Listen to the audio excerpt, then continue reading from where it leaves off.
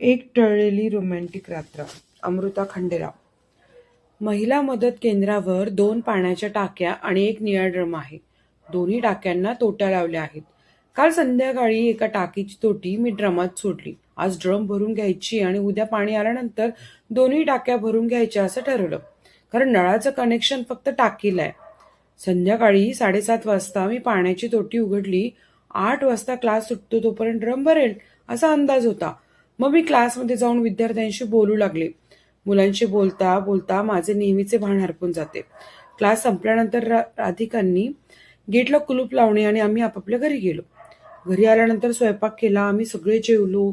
नित्यनेमाने सासूबाईंनी जेवणाला नावे ठेवली. मी खरकटी भांडी जमा करून बाहेर नेऊन ठेवली. सासूबाईंना औषध पाणी नेऊन दिले. मग फोन हातात घेऊन फेसबुक उघडले. हास्य जत्रेचे काही एपिसोड बघितले. मधुरिमासाठी मी स्तंभलेख करते त्यासाठी 2 लेख लिहून त्यांना पाठवून दिले. इतके होईपर्यंत 12:30 झाले. मला शेतकी यंत्रे आणि अवजार यांची फार आवड आहे. त्यामुळे माझ्या फीडमध्ये नेहमी त्या पोस्ट येतात. रात्री 12:40 माझ्या फीडमध्ये जैन पाईपची पोस्ट आली. पाईपला बसवायचे वॉल असं काहीतरी ते होते. पाण्याचे थेंब आणि थेंब वाचवण्यासाठी त्यांनी यंत्र तयार केले होते. पाईपातून धो उसळणारे पाणी पाहिल्याबरोबर मला केंद्रातल्या नळाची आठवण झाली. हातातला फोन फेकून मी ताडकन उठले. दरवाजा उघडून खुंटीची किल्ली घेतली. दाड दाड जिना उतरून खाली निघाले. खालचे गेट उघडताना सासूबाईंना आवाज झाला. झोपेत सुद्धा त्यांचे माझ्यावर बारीक लक्ष. भाऊ उठ उठ, तुझी बायको झोपेत चालू राहिली.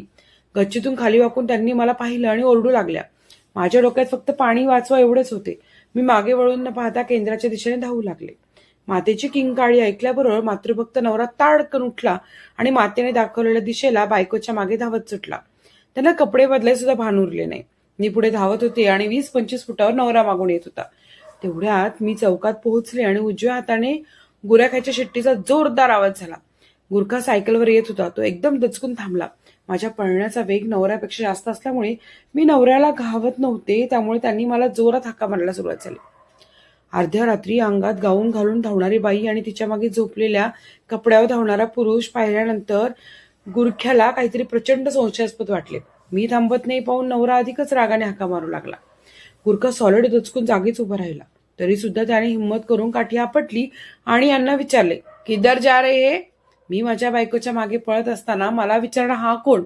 नवऱ्याला अधिकारी पुरुष जागा झाला. त्याने खर्जात आवाज लावला, चुप रहो बेतुम, आणि पळत पळू लागला. तोपर्यंत मी त्यांना केंद्रात पोहोचले. हातातली किल्ली घेऊन मी गेटचे कुलूप उघडू लागले. दरम्यान पावसाळ्याला गुरखा सावध झाला आणि सायकल दामटत माझ्या मागे आला. क्या कर रहे हो? त्याने माझ्या तोंडावर टॉर्च म्हणून विचारले. चुप बे तू, इथं पाणी वाया चाललंय असं म्हणून मी कुलपात किल्ली फिरू लागले. माझ्या हातातल्या किल्ल्यांच्या जुडग्यातून मी किल्ली ट्राय करत होते. उजेड असल्यामुळे मला किल्ली सापडेना. टॉर्च मारो कुलूप पर. मुझे किल्ली नाही दिख रही, मी गुरख्याला म्हणाले. ते केंद्र माझेच आहे हे गुरख्याला कसे कळणार? तो दिवसा इकडे येत नसतो. त्याला वाटले मी चोरी करण्यासाठी केंद्रात घुसते. चोरी करताना खुद्द गुराख्याचीच मदत मागणारी बाई पाहून गुरख्याला फार आश्चर्य वाटले. परंतु माझ्या आवाजातला धाक ऐकल्यावर गरीब विद्यार्थ्याप्रमाणे त्याने कुलूपवर टॉर्च मारला. तोपर्यंत नवरा तिथे येऊन पोहोचला होता. मी कुलूप उघडले होते. गेट उघडून धूम चकाट पळत मागे टाकीच्या बाजूला गेले. ड्रम भरून वाहत होता आणि पाणी सुरूच होते. पाण्याचा असा अपव्यय पाहून माझा जीव तळमळला आणि मी पटकन नळ बंद केला. तेवढ्या नवरा मागून आला आणि जोरात माझ्या अंगावर खेकसला. झोपेत चालायला लागली काय? मी कशाला झोपेत चालू? मग इकडे कशाला पळत आलीस?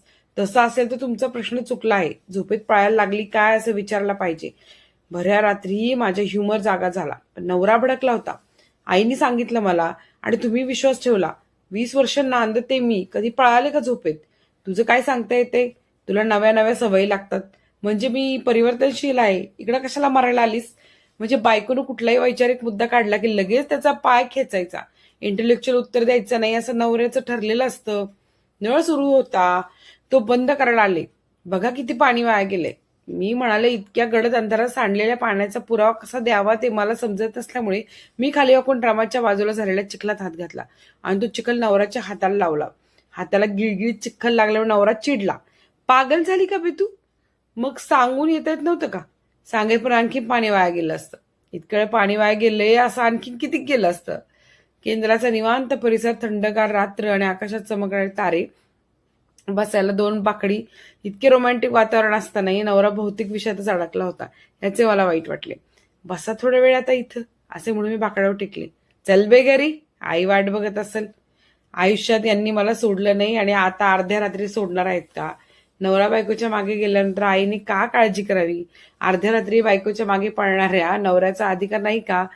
त्यात काय वाट बघायची? मी मनात म्हटलं. मग मोठ्याने फक्त मोठा हम्म सोडला आणि उठले. गेटापाशी आले तर गुरखा अजूनही तिथंच उभा. तो बाहेर उभा राहून आमच्या गप्पा ऐकत होता. हे लफडं पकडलं तर चांगली बक्षिशी मिळेल असं त्याला वाटत असावं. पण आमचे दमदार आवाज ऐकून त्याची धड आत यायची हिंमत होत नव्हती आणि धडक पळून जायची पण. तुम क्या कर रहे हो इधर? चलो निकलो. नवऱ्याने दरडावले हा शापजी असं म्हणून त्यांनी सायकल वळवली आणि पुढच्या गल्लीत निघाला. आकाशाच्या काळ्या भोर घुमटाखाली बसून 4 प्रेमाच्या गोष्टी केल्या असत्या. हातात हात घालून भविष्याची स्वप्न बघितली असती. लग्न झालं की सगळं संपतं. सासू सासू सासू. कधी आपल्याला स्वातंत्र्य मिळणार आहे कुणास ठाऊक. केवळ सासूच्या धागापायी आणि सासू घरी वाट बघत आहे म्हणून मी किती रोमॅन्टिक गोष्टीला मुकले होते. नमस्कार. आपण खूप भाग्यवान आहात. आपणास नियतीने ही पोस्ट शेअर झाली. आपण नक्की या माहितीपूर्ण चॅनलला फॉलो करा.